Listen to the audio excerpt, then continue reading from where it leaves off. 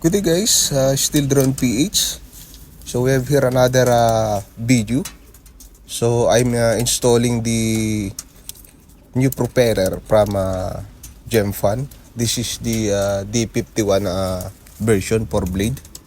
So I just trying to decrease the noise of the propeller because the stock propeller is very loud. So we will install the D51mm by 4 blade. Okay, so I will put in the description below to purchase if you want to upgrade or change also your propeller. So I ordered also the screw so that we will not put hole in the propeller. So this is the M1 by 2, the 6mm. Okay, I will put all in the description below. Okay, this is purchased from AliExpress.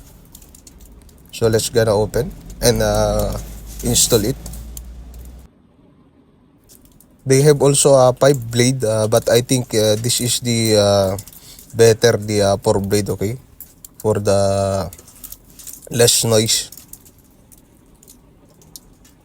So what's until then guys, we will install and think if you upgrade your DJI NEO propeller. So this is the type of the screw. No need to put hole on the propeller. Okay, so let's start the to remove the stock propeller.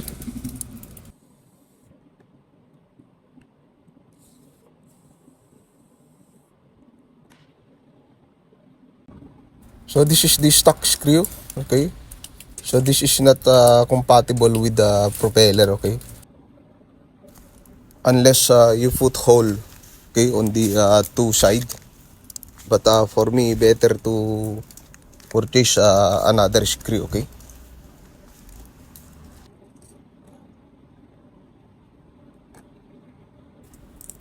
so it's big different with these two screw, the original and the M1 by 2. Just check the description guys if you want to purchase this screw. Okay, it's better than to put hole on the two side.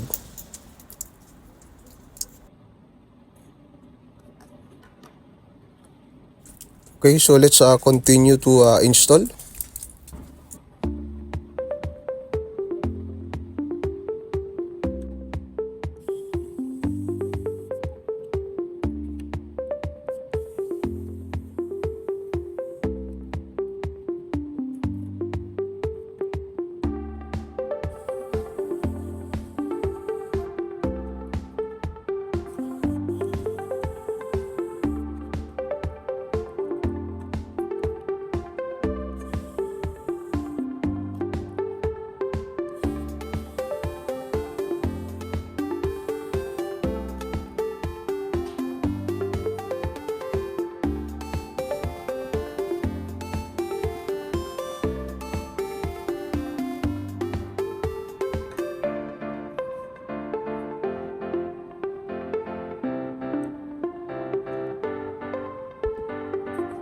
All stock propeller have been removed. So we will gonna install the GEMFAN. But first, you must check the direction of the propeller. Okay, so that you will not struggle. Just follow what I'm doing with the position.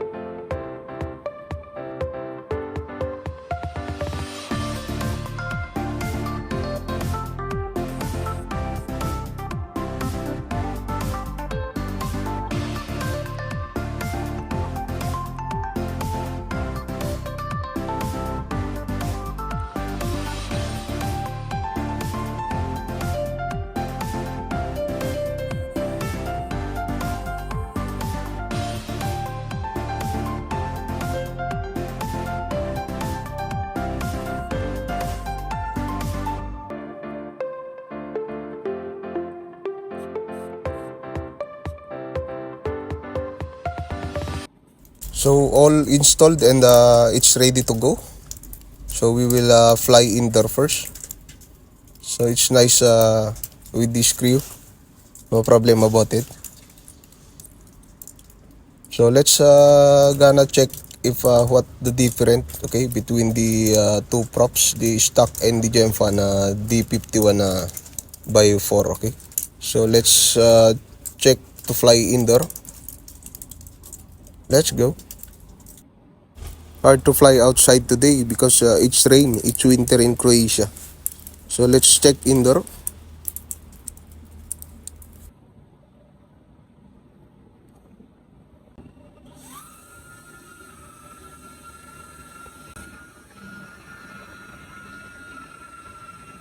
Okay, so this is the GEMFAN sound. A little bit less loud, less noise, and pretty stable.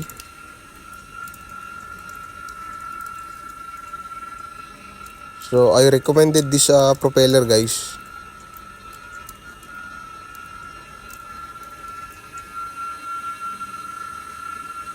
So this is the stock propeller.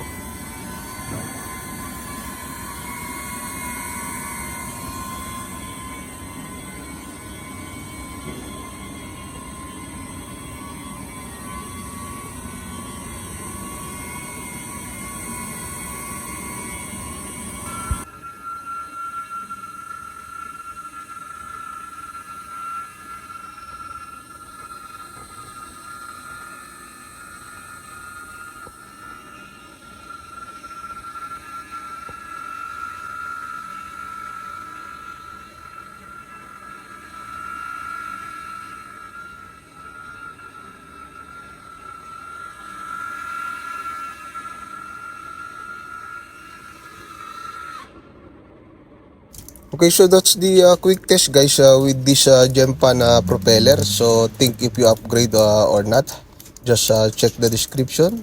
That's only. Thank you and happy flying. Till next time.